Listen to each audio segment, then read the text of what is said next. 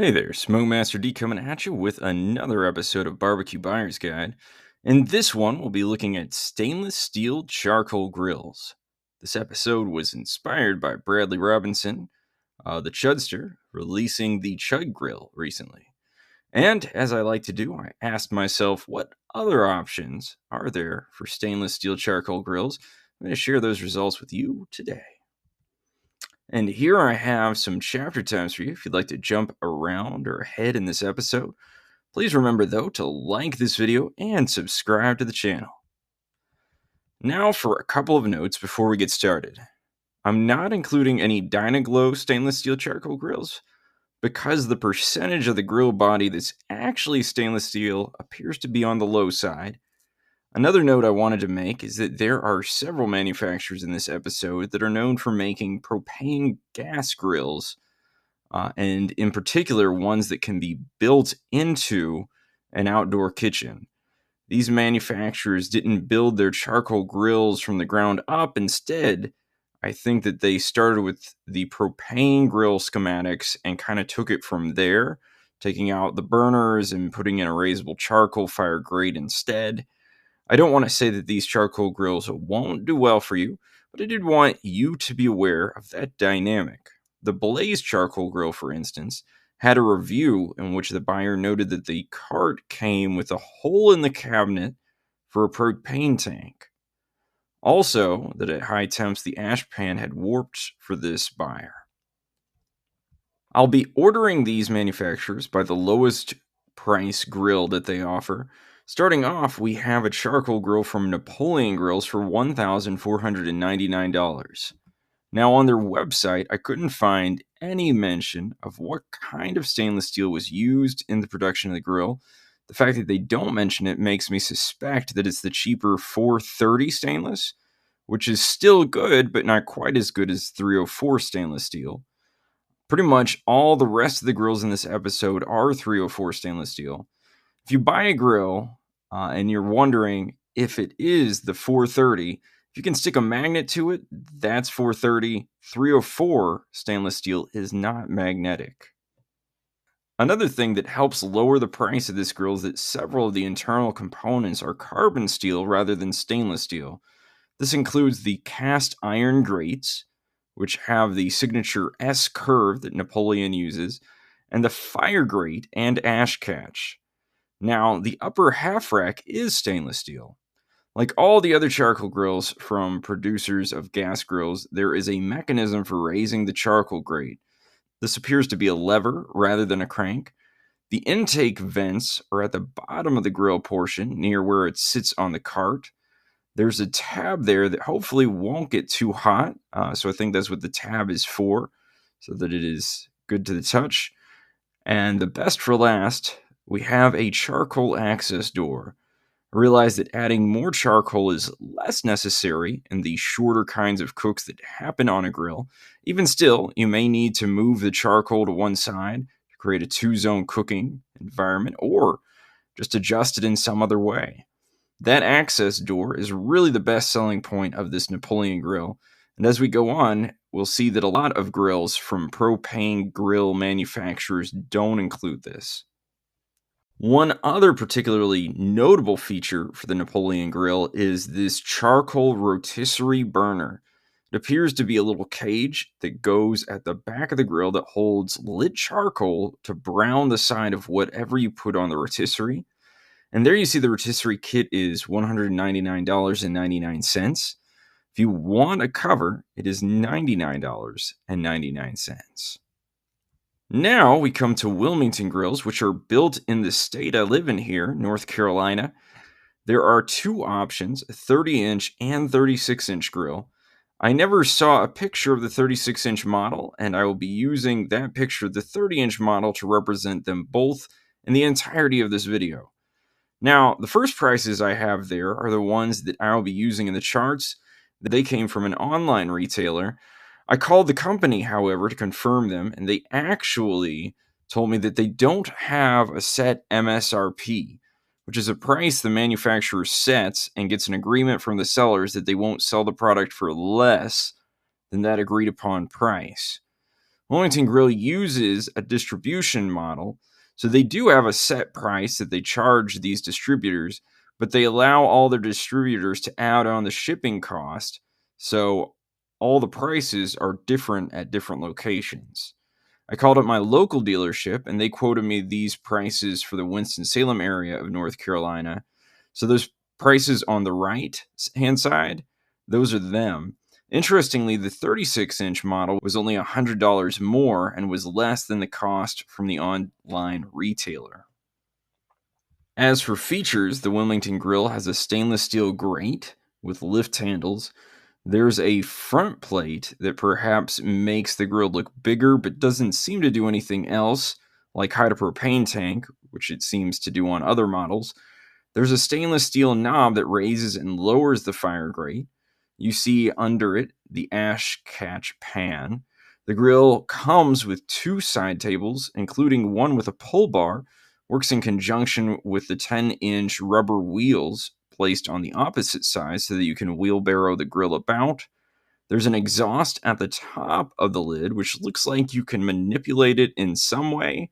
Wasn't exactly clear in the materials I looked at for the grill as to how that actually happens. And here we have the upgrades and accessories. The dealer I spoke with told me that apparently Wilmington Grill lost their cover maker during COVID and that they're working on getting a new manufacturer to make them for them. Fully stainless steel grills don't need that protection quite as much as carbon steel grills do.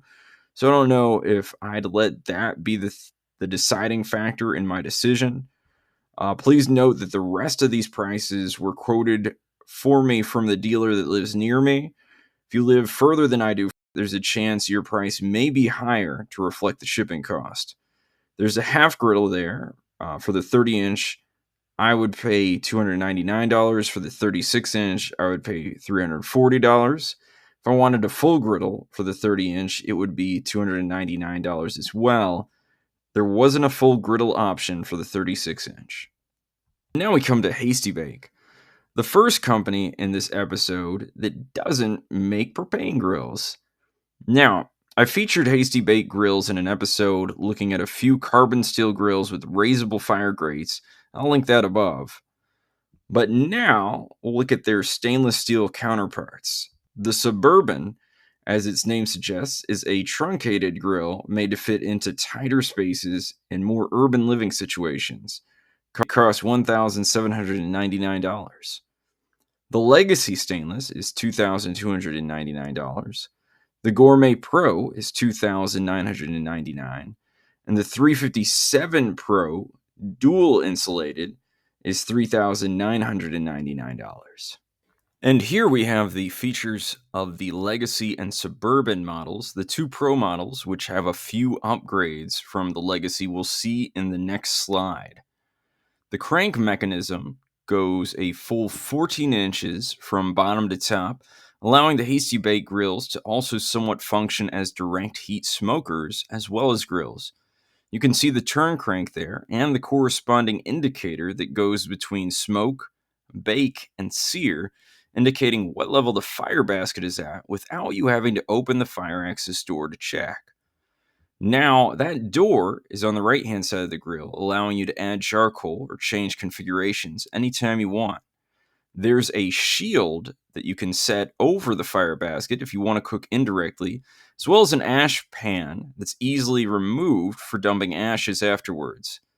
Another thing you'll notice is that the air intakes and exhausts are accessed by a flap, which you won't see anywhere else. I've never seen any other company with a flap like that. I don't know that there's really much you can do to use those flaps to change the airflow. And I think that the makers of these grills want you to use the raising and lowering mechanisms more for temperature change than, limiting air. Another unique feature of the Hasty Bake is that the grates V in the center, allowing the grease to travel along those grate rods and drop into that little trough below, which is angled to direct the grease out into a little pan out one of the exhaust holes. This will reduce flare-ups from grease hitting the fire. The trade-off, though, is that it may limit the grease smoke flavoring that a lot of people like from direct heat smoker grills. Of course, Hasty Bake's Roughneck, not featured in this episode, will give you that cooking experience if you want it. Lastly, Hasty Bake is very intentional in locating their exhaust below the cooking grate in order to make a natural convection swirling in the chamber above. Now, for the two Pro Hasty Bake grills here, the raising and lowering mechanisms and main grates are exactly the same as the Suburban and Legacy. The hood, however, is significantly different in that it keeps those sides and top in place, but the front of it will lift up on those easy lift hinges, and there's actually sort of a scissor action that happens with those connecting rods. So it's really easy to lift that hood up. The door also has latches for a good seal that you see there. For the Gourmet Pro, the front and side shelves, which you can purchase separately for the Legacy grills, are included. Both Pro models also have a second level half grate. Now, the 357 Pro has a fold down front shelf and features a double wall for the chamber, which will, insulate it with that air inside and hold in heat better than the other grills, especially in cold weather cooking. This is the only grill in this entire episode, I believe, that has those double walls. Maybe as part of this better heat retention, the intake vent has been updated to actually better dictate how much air is allowed into the chamber. So you see, you can push that knob to left or right and change the airflow. The ride on rail system, featured only in the 357 Pro dual insulated, allows you to configure slide in water pans or heat diffusers on that rail system at whatever level you decide that you want to have them. There's also that probe port and access panel that appears to come off with a Phillips head screwdriver. I'm not entirely sure what I think about that part. For a probe port, it seems rather impractical having to undo those screws. So strange, but I guess it just is what it is. And now we have some of the upgrades and accessories. And these are just some of the ones that I found the most notable, but there are more. The grill extender is a sort of shelf that allows you to increase cooking area in the main chamber, particularly for the Suburban and Legacy models. I'm not really a fan of this method as opposed to having a second level grate, because I think that the way that it's configured, it makes it difficult for you to access the food below the extender. Nevertheless, the laser cut extender is $39.99. The wire extender is $49.99 for large and $39.99 for small. A new snake method divider is now available for $27.99, which could help you smoke for longer and also help you to get lower temperatures by limiting the amount of charcoal that's actually lit. I think that it will be very popular. A smaller side table is offered for $34.99 and a full one for $49.99. Wasn't able to find the regular front prep table, and it seems that maybe the fold down shelf is all that they offer now. The large is $169, and the small, which I believe is for the Suburban, is $159. They have a stainless griddle for $199. There's a Pro Series heat deflector, which you might have noticed came with the 357 Pro. You can buy it for other models, though, for $79.99. Its main change appears to be an extra blocking flap. I'm not entirely sure how it improves the deflecting, but I'm guessing that it does help with evening the temperatures in the chamber. At the bottom, we have a rotisserie kit for $169. Covers are $169 and $159 for the Suburban. And here we are at the grill that inspired this episode. We have the Chud Grill for $1,849.99. They are available currently for pre-order for the first run of production. Now, the Chud Grill makes use of the notch door intake system, which Chuds BBQ has made famous, but it also has a slide damper system on the sides. I imagine the slide dampers may offer more even oxygenation and heating of the fire in the more confined space of the inside of that grill, so they're probably a good addition. The exhaust dampers are pinwheel style on the top of the hood. The grate is expanded stainless steel, but the fire grate with its legs and the frame that sits on top of that are all made of carbon steel. There are 2 temp gauges, Chud's badging, and a storage shelf below. That's pretty much it. For upgrades and accessories, Chud's is now offering a stainless shovel, which looks like a good tool to use with this grill, or even maybe the Chud box too. It's listed for $104.99 on the website. What hasn't gotten a price yet on their website is the side table, which connects to the handles that are on either side of the grill. Lastly, the Pro Grill grate system was designed specifically for the Chud Grill. It cost $159.99. It consists of 2 sliding plates that can go one underneath the other to either side of the grill. This will allow you to access the charcoal from the top if you want to, and create different cooking zones and uses. As you see in the configuration above, there's a grate on one side and a griddle on the other side. And it's this configuration that will come included with the first 50 orders instead of the regular grate. I have to say, though, I would prefer to have the regular grate and then buy the Pro Grill grate system separately so that I would at least have a full grate if I wanted one. Different configurations, however, would allow you to have both griddles, both grills, and decide which plate is above the other. It's perhaps one of the most unique upgrades in this episode. Fortunately, it will fit in the Chud box, though they say the lid won't fully close then when you have it in.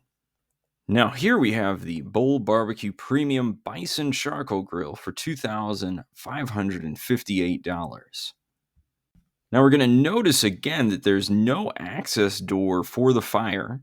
Instead, the stainless grate is in pieces that you can remove and maybe access a fire grate that way. There's a crank for raising the fire grate below and side tables on both sides of the cart. The intake dampers can be adjusted on either side.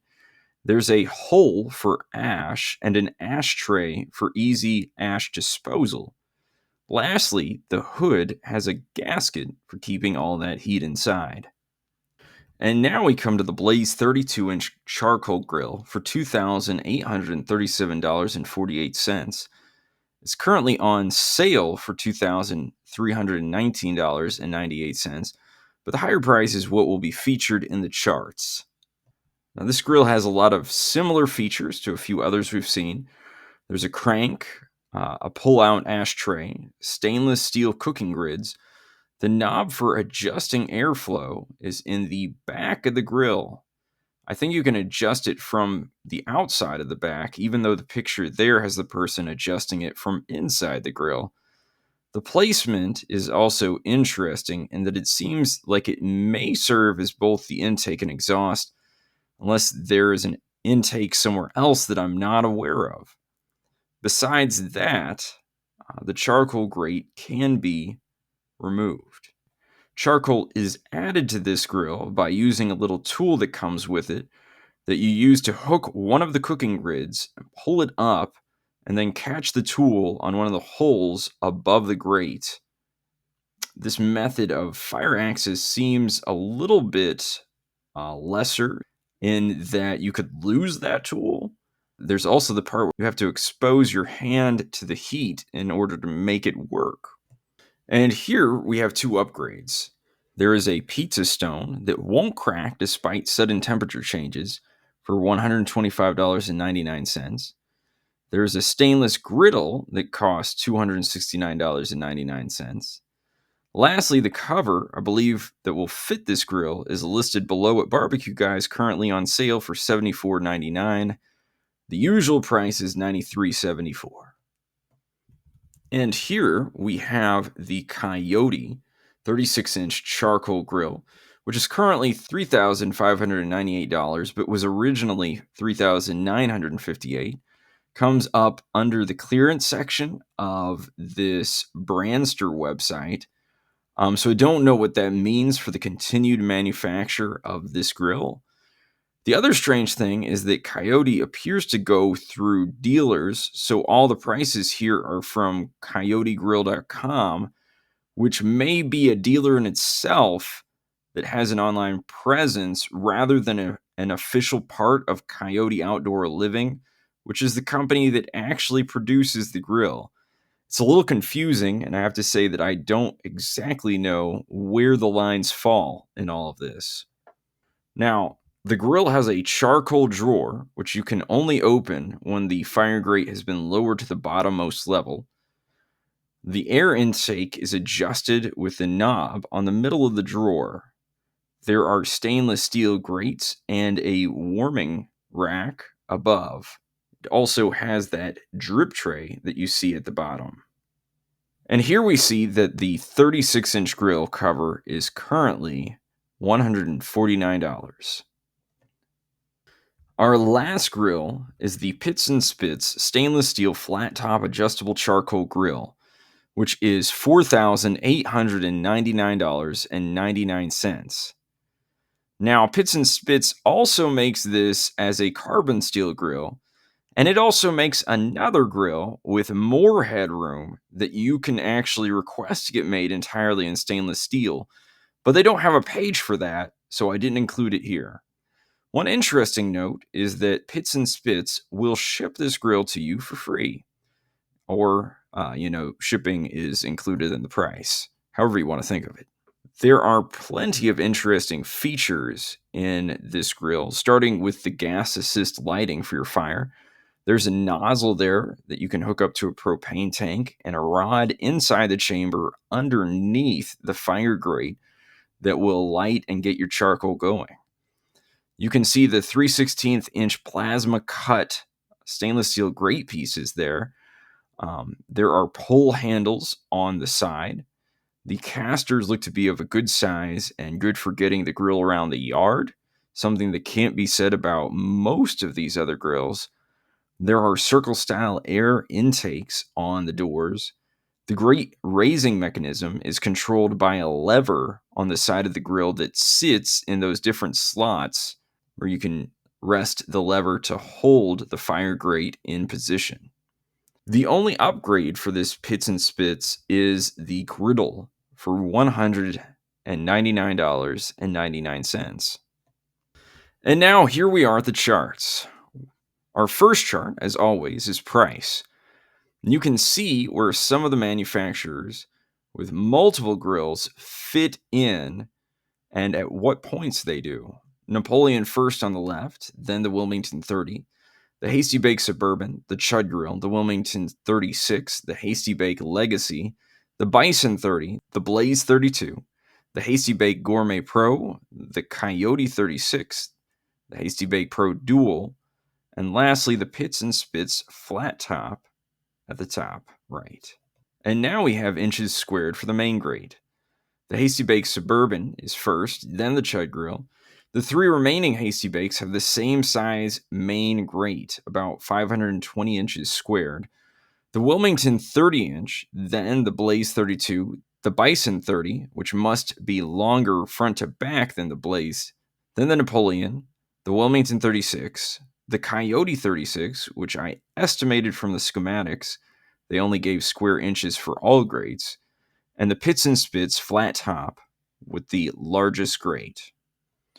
Now, when we add those upper racks, we see that the Hasty Bake Pro grills grow up to 803 inches squared. The Bison 30 jumps up to 751, and the Coyote 36 goes all the way up to 875. And now we have the dollar per inches squared for the main grate. The Napoleon Pro comes out the best, as we might have imagined. The two Wilmington grills come next. The Hasty Bake Legacy is after that. The Bison 30 then. the Chud Grill, the Blaze 32, the Coyote 36, the Gourmet Pro, Suburban, Pits and Spits Flat Top, and the Pro Dual. Now when we go to dollar per inches squared for all grades, the Bison 30 drops down to $3.41 per square inch, the Coyote down to $4.11, the Gourmet Pro to $3.73, and the Pro Dual to $4.99.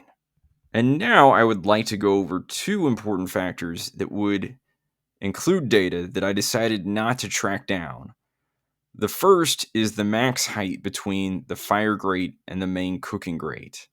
So this could be an important thing. It would determine how low you can get the temperature in your grill. What I'm going to share is just my opinion from looking at pictures of these grills.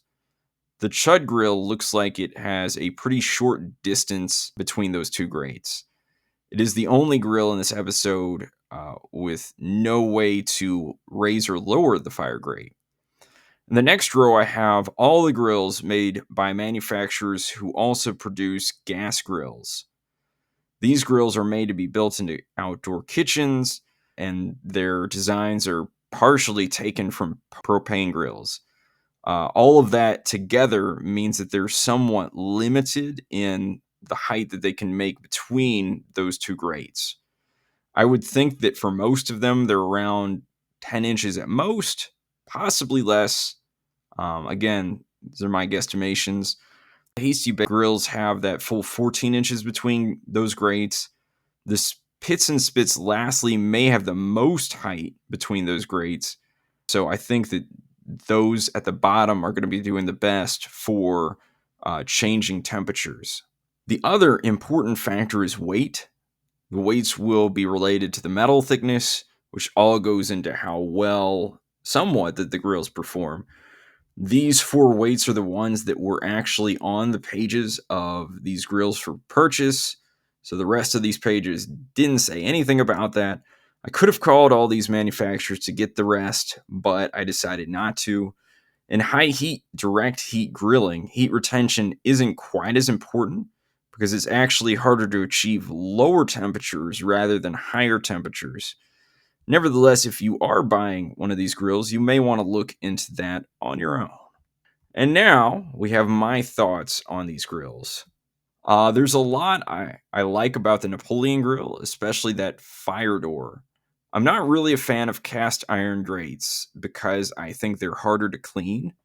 I used to have some in a smoker that I owned, and it was just a big hassle to clean them. Now for the Chud Grill, I think I would go for the Chud box with a grill basket over getting the Chud Grill. The Chud box is more versatile, and you can even use that Pro Grate system on it. It costs more, especially on the shipping, which apparently might be one of the best things about this Chud Grill is that they've engineered it so that it will ship for very little money. Even still, I think I would opt for the higher price and take a pass on the Chud Grill. The rest of the grills made by makers of propane grills, the Wilmington Grill, the Bull Bison, the Blaze, and Coyote, I would pass on all of these except perhaps the Coyote. I like that drawer for the fire access. You may have noticed that my bias is towards smoking over high heat grilling. That's really going to come out here and everything I'm saying in my thoughts. I would take any of the Hasty Bake grills or the Pits and Spits over any of the rest of these. The Hasty Bake Legacy has a lot of value in it. The Gourmet Pro seems a little bit nicer. If I had a lot of money, I might get the Pits and Spits. Fortunately, it's also available in that carbon steel form, which would make it much more affordable if I had my heart set on it. Well, those were my thoughts. If you want to share your own thoughts, or if you want to share a review, if you own any of these grills, please put those down in the comments below. Thanks for watching, and as always, go get your smoke on, y'all.